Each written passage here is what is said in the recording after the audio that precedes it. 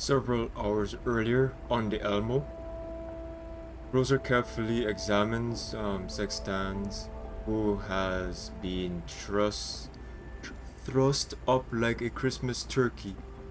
Her frame is in ruins, half of the synthetic skin on her face is gone, and her body lies limp in a way that can't even be described as human because not a single one of her joints is intact.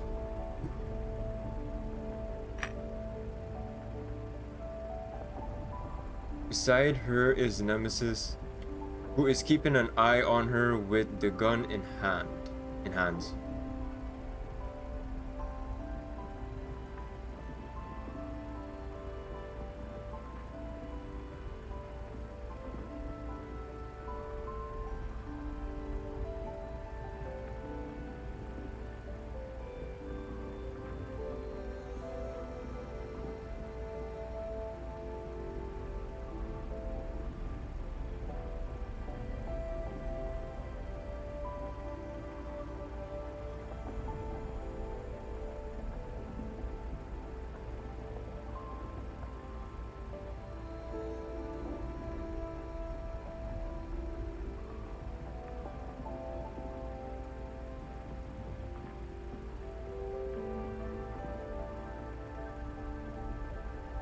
Pepley and Krolik's banter flits past Rosa's neural cloud, not even leaving a ripple in its wake.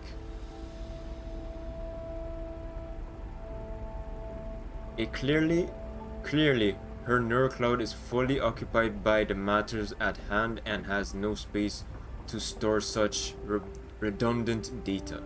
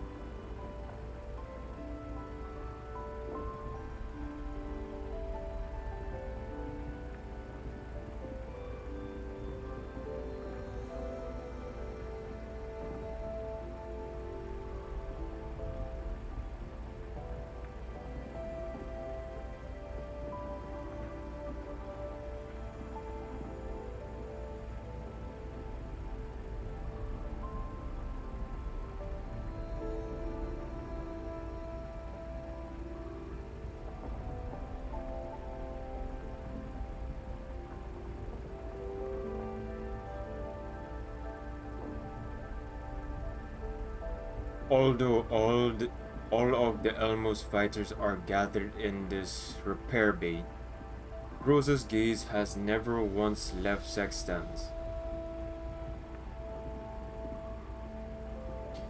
She looks the third generation doll from head to toe for the ninth time, and then she unconsciously frowns.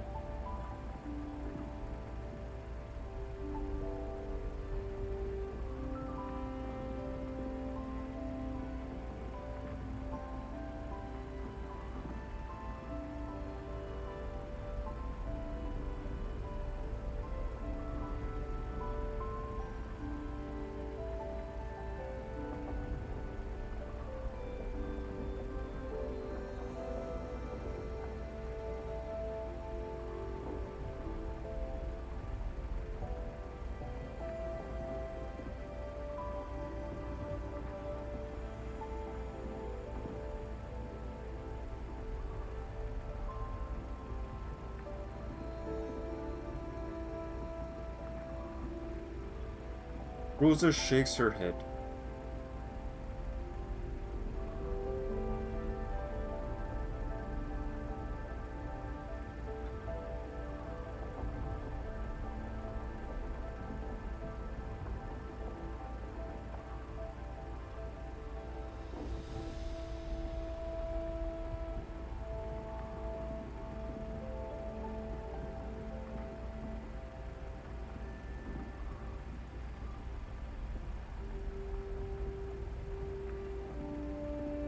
Rosa examines Sexton's body again, but it's the same no matter how many times she checks.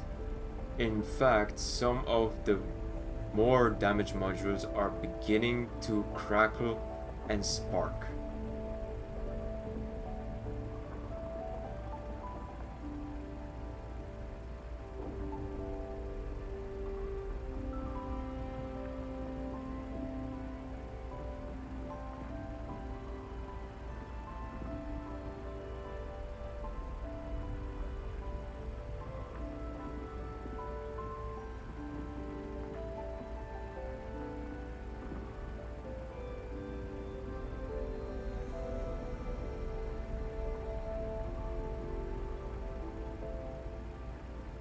Frolic rears up to do just that, but Groza stops her.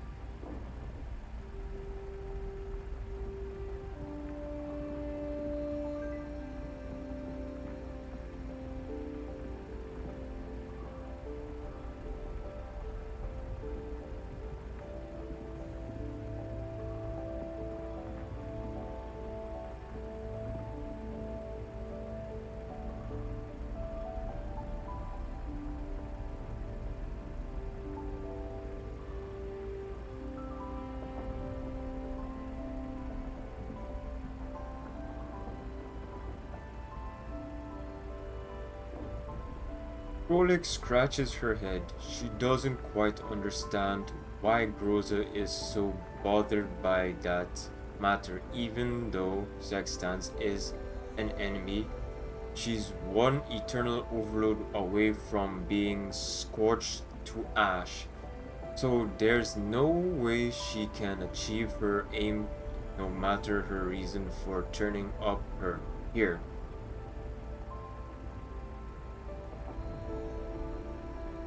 Isn't she being too paranoid by having the Elmo camp out in the yellow zone because of something like that?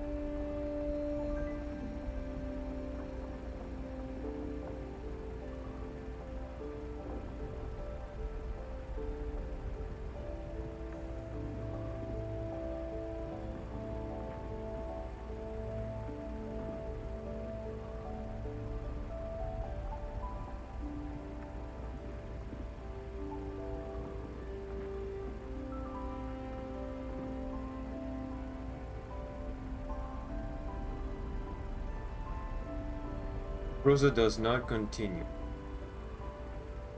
The other dolls on the Elmo have no idea what the commander has been through in the past. But how did she, as a former subordinate, end up meeting with the commander again?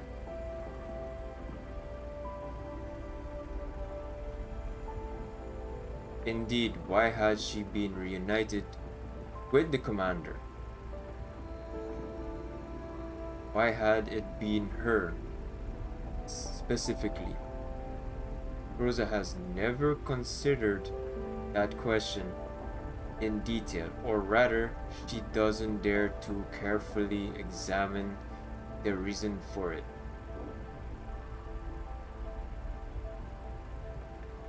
If the commander simply hides behind his identity as a bounty hunter in the yellow zones, bearing that unspeakable past of his under the collapsed storm and endless expanses of sand, never speaking of it again, then she can continue staying by the commander's side and protect him without a second thought up until the commander no longer needs her.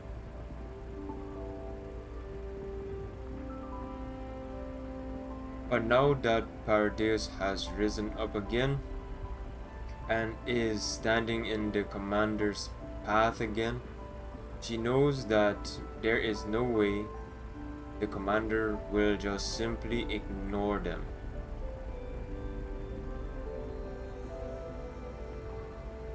Whether the commander has been drawn into some conspiracy or has actively chosen to intervene in the matter.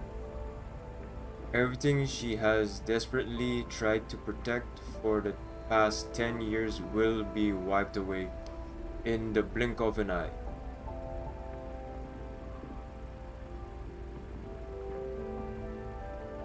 And when the time comes, she might not be able to serve as his adjutant any longer. She may even end up becoming a useless burden. Or perhaps a ticking time bomb. She doesn't even know if Sextant's presence here is because of her.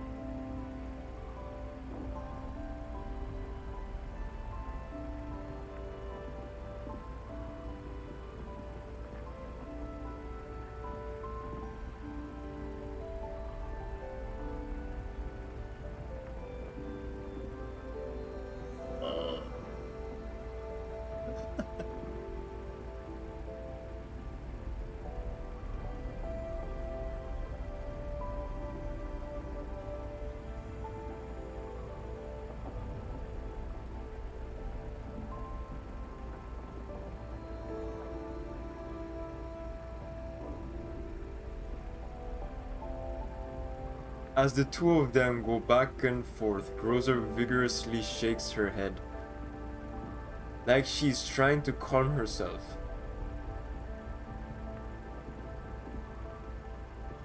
The most important thing right now is to take care of what's in front of her. At the very least, she needs to finish the task that Commander gave her before thinking about other things.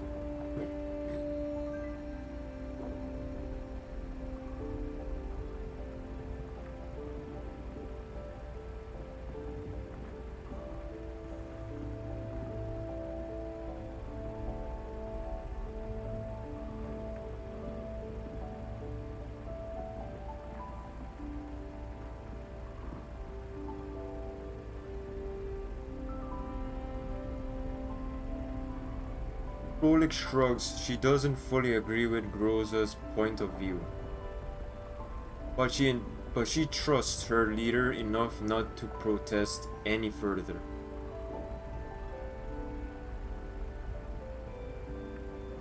Once again, Groza brings up the analysis report Dandelion left behind in an attempt to learn something from it.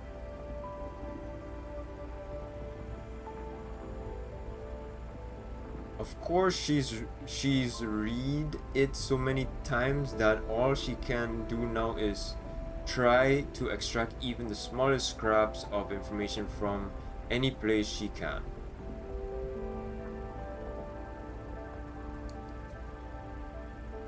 Just as she's reading the report again, a footnote of a section of destroyed contents draws her attention.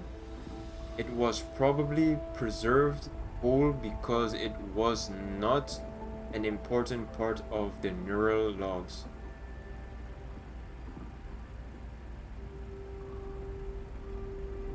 She opens the document and reads it. Test subject notes. Model. Project development. Unit has no initial ... personal preset. Has undergone ego growth and has currently developed a independent personality. No obvious defects detected in. Perceives self as overall executor of. Currently in charge of the transferring for quasi-full immune individual recovery.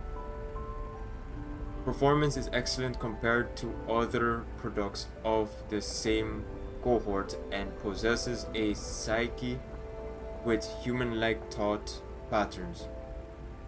Initial observations suggests satisfaction of the criteria for the ... experiment.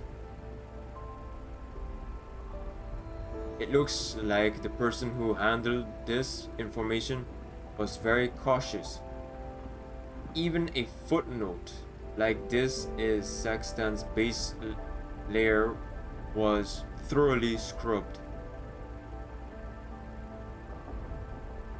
Even so, Groza has still gained some valuable clues from this.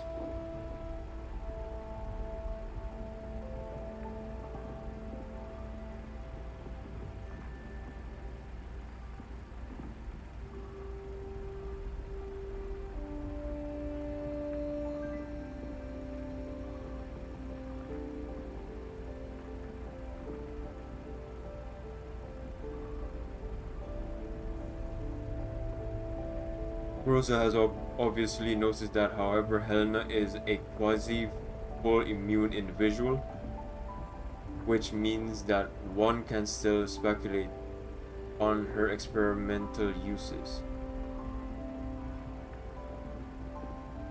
However, what exactly is the objective of experiments conducted on a doll like Sextans?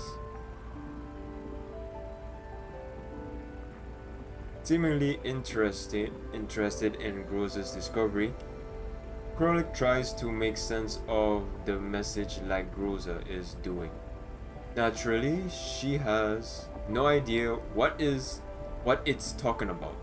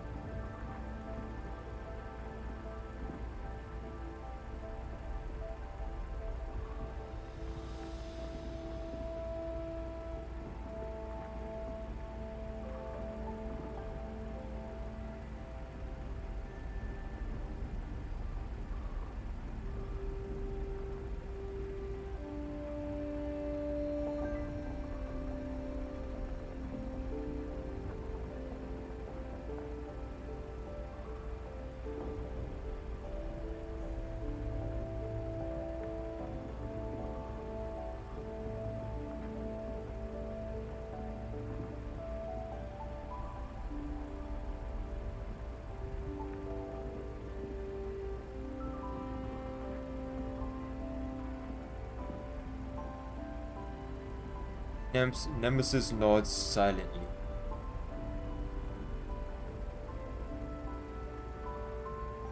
Rosa reaches out and connects to Sextan's neural cloud.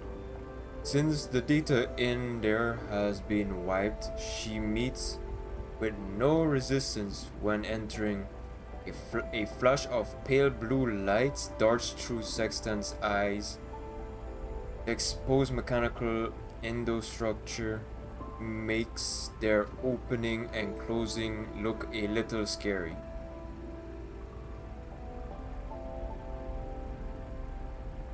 As a faint spark crackles at the end of a severed power cable, her eyes open again. Nemesis immediately raises her gun and goes to the highest alert level.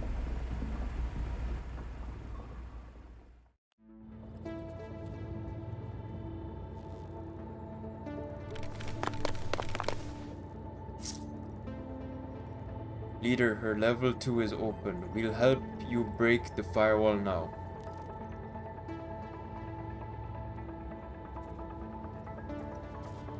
You'll have to go into her level 3 alone, leader. Be careful. Yeah, I'll be fine.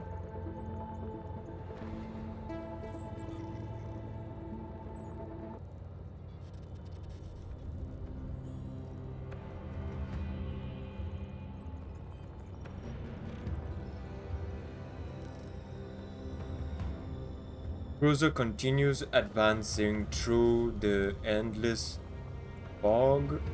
The neural wipe has caused a landscape that represents Sextan's data modules to take a bizarre, twisted forms.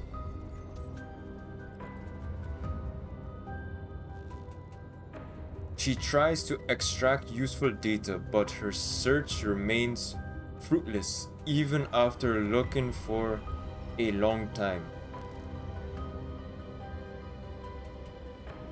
Before her lies a phantomless darkness, as well as an unending void. Just as she's about to give up, she hears a voice. The voice seems to be coming from far away, muffled and even a little distorted.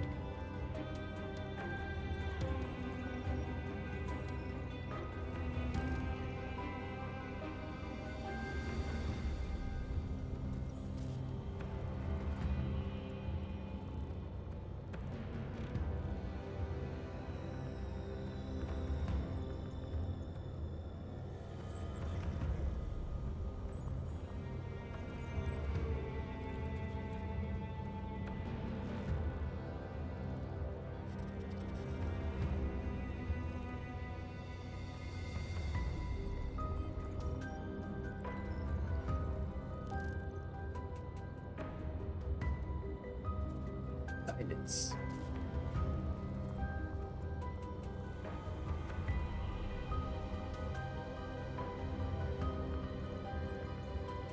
Silence.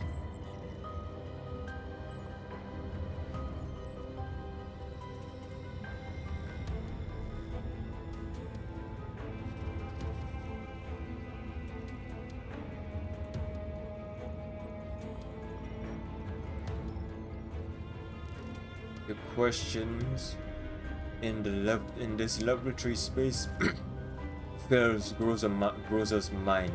She keeps moving forward as though she's trying to escape the voice. It grows more and more distant until it finally vanishes into the void.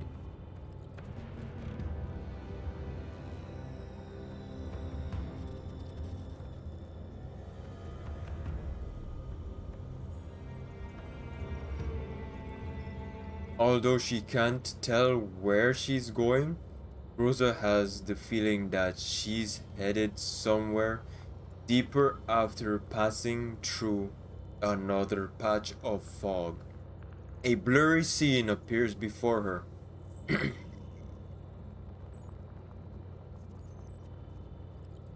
It seems to be some kind of hall.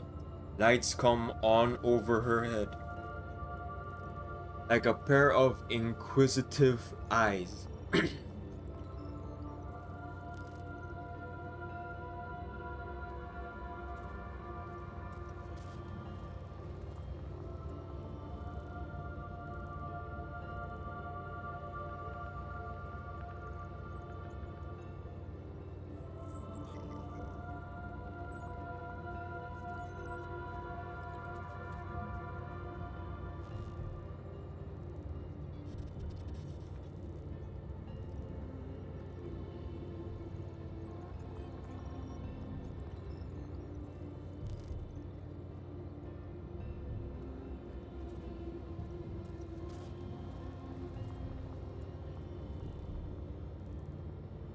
The voice keeps going.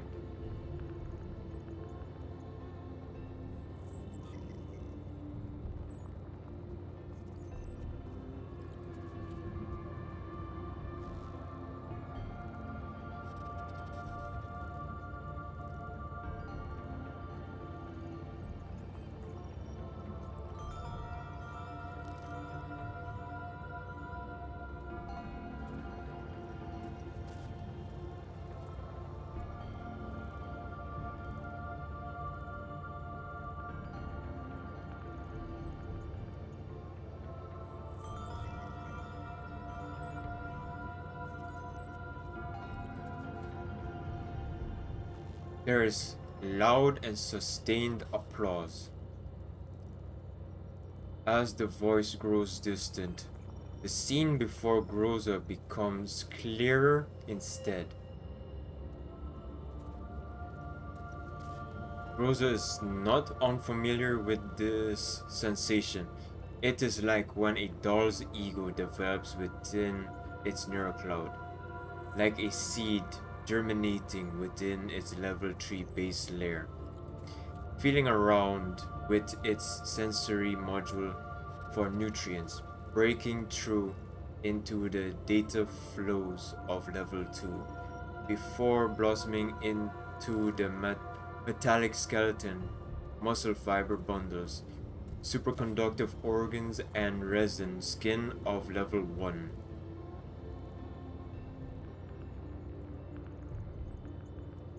She has almost forgotten this feeling, but now she is slowly recalling it.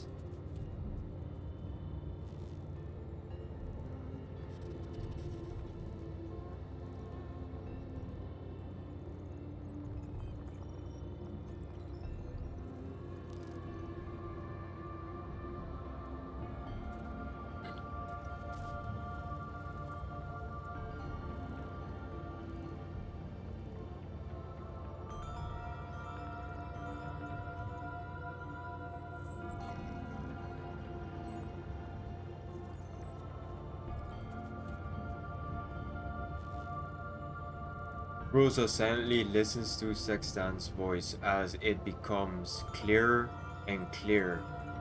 Something seems to be growing in the void, a crystalline substance that reflects a faint light and finally comes to a halt in front of Groza.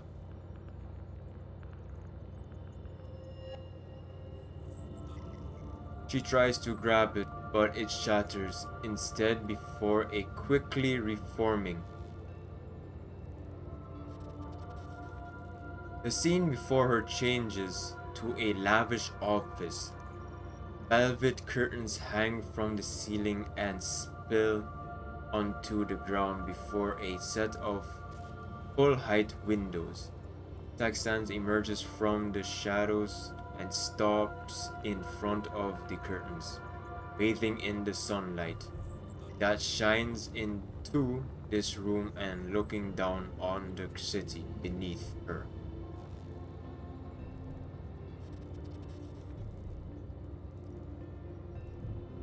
Behind her, the sound of footsteps approaches and a low voice speaks. It seems to belong to someone else, yet it also seems to be Sextan's own voice.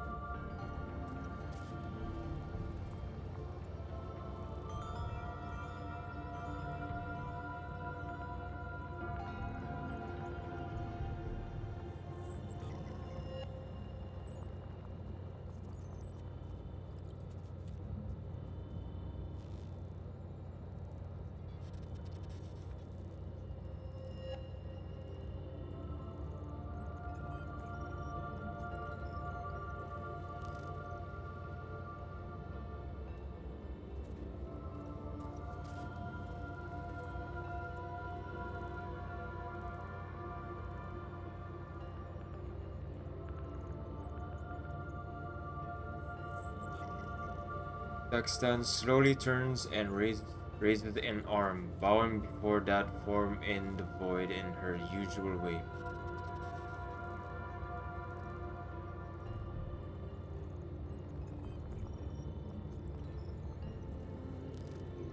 The room vanishes into nothingness. The object hovering before her gradually takes form. Like a ball of light, it connects to the entire void. Rosa doesn't know how to describe it.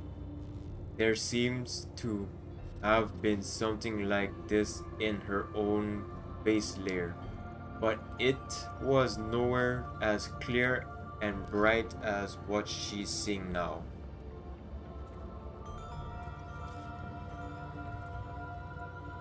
Then the light scatters the void and illuminates everything.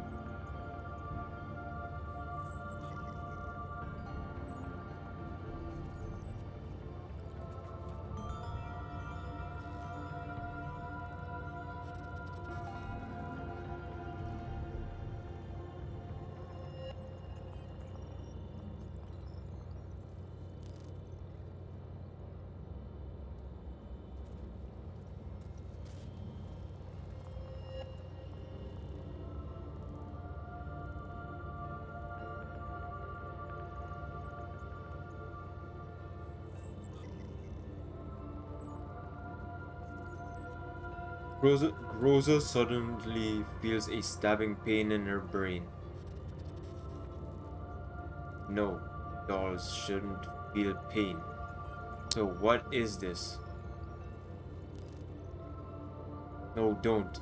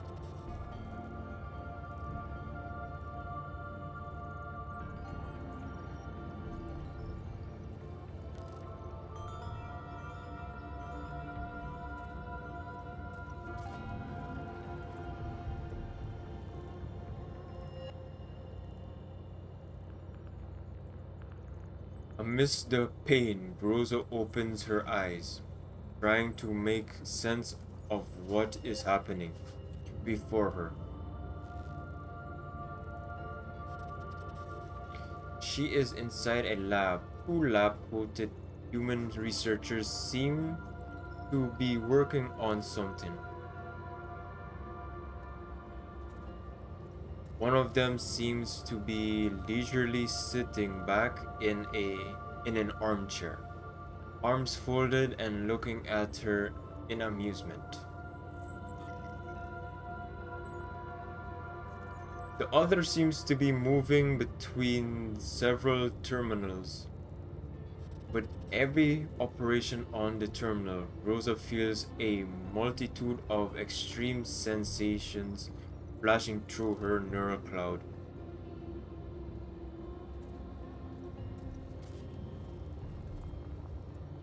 This is hell. This is heaven, and it's also the world of men.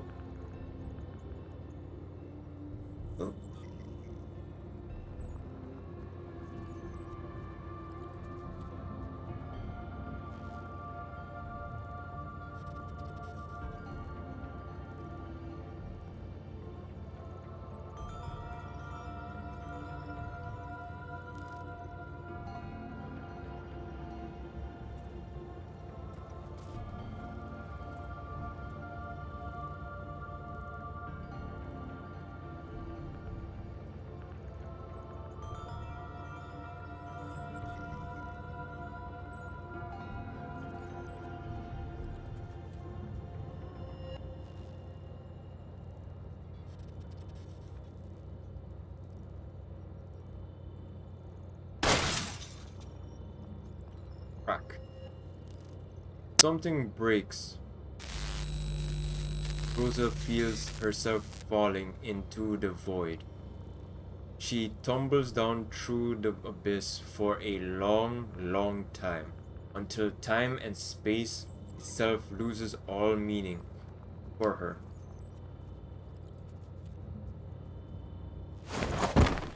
And finally, she hits the ground hard and passes out.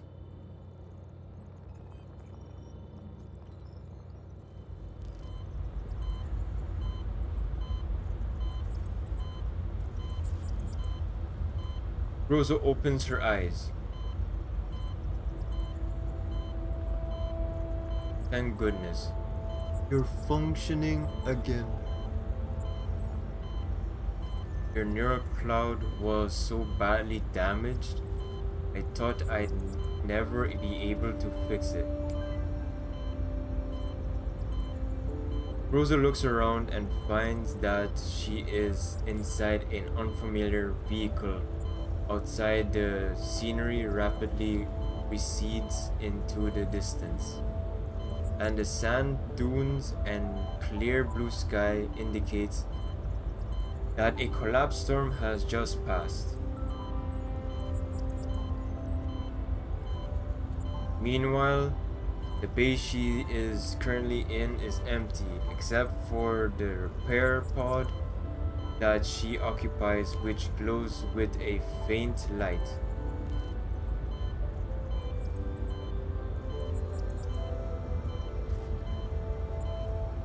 This is the Elmo. Do you remember this place?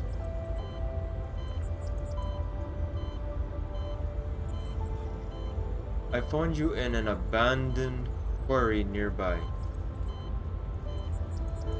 So do you still remember why you ended up there? Rosa tries her best to retrieve the relevant information from her neurologs. Why was she at this abandoned quarry? Does she still remember? She can't remember. Does she really not remember? There is nothing in her neural cloud.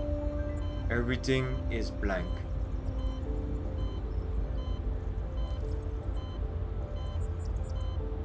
Really?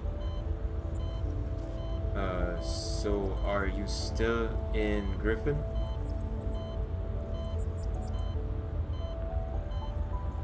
Looks like your memory modules might have been damaged. Never mind, the past doesn't matter anymore. You can stay here and rest for now. We'll worry about the rest some other time.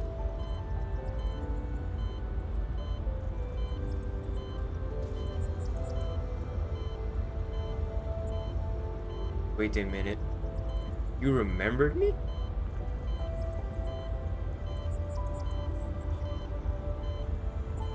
So you only remember me, huh? Maybe your module took varying levels of damage. Ah, looks like you're fully charged now. Want to stand up and see if you can move around? The door to the repair bay opens. Rosa stands there, dumbly looking at the man who's holding a hand out to her. She reaches a hand out to him as well. She remembers this sensation, this warmth, and suddenly her outstretched hand transforms into a knife, and she stabs the person in front of her. Bright red blood splashes everywhere, staining Rosa's visual modules.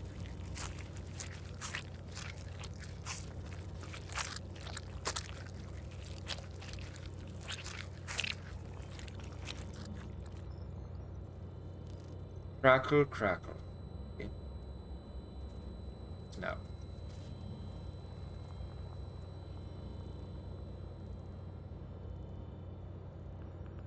Rosa opens her eyes. She is dazed for a moment. When she comes to her senses, she realizes that she's lying on the floor of the Elmo's deck.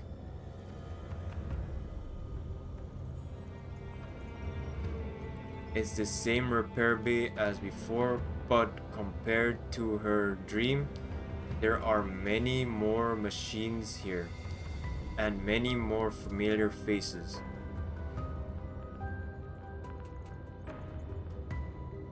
One of them is particular is gazing at her with dewy eyes.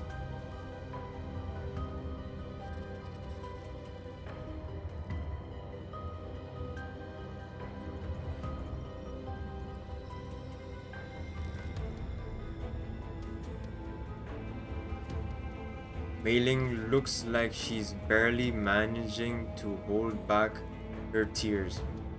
Looking around, Rosa realizes the other members of the Elmo look the same way.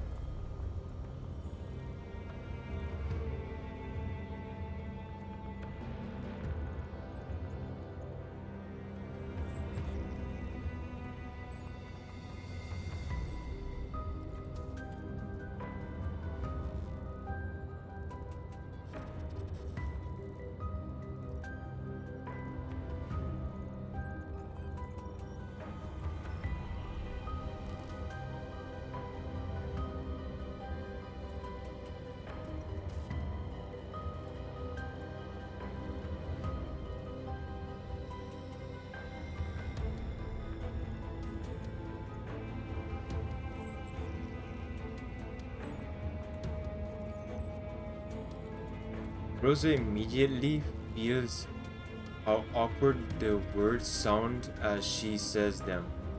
She looks at Mei-Ling's face. The latter seems shocked.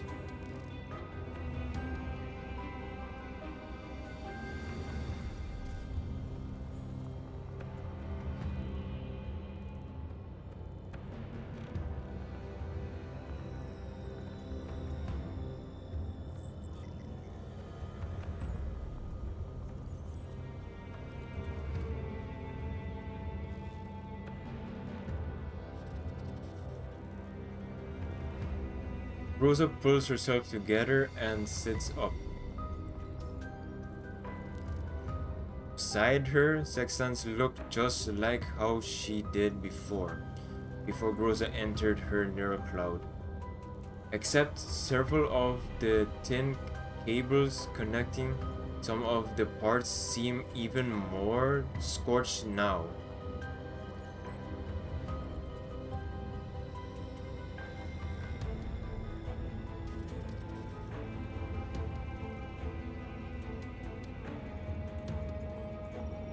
Nemesis shakes her head.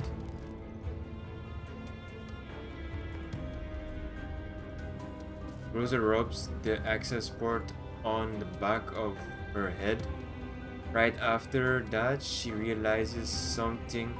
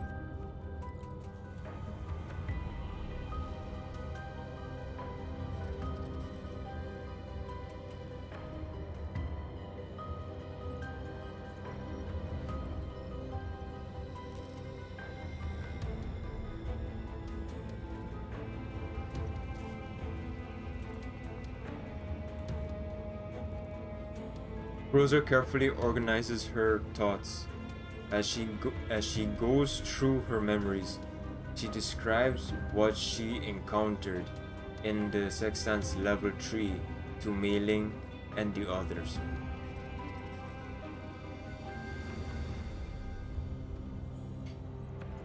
Naturally, she omits the dream she had.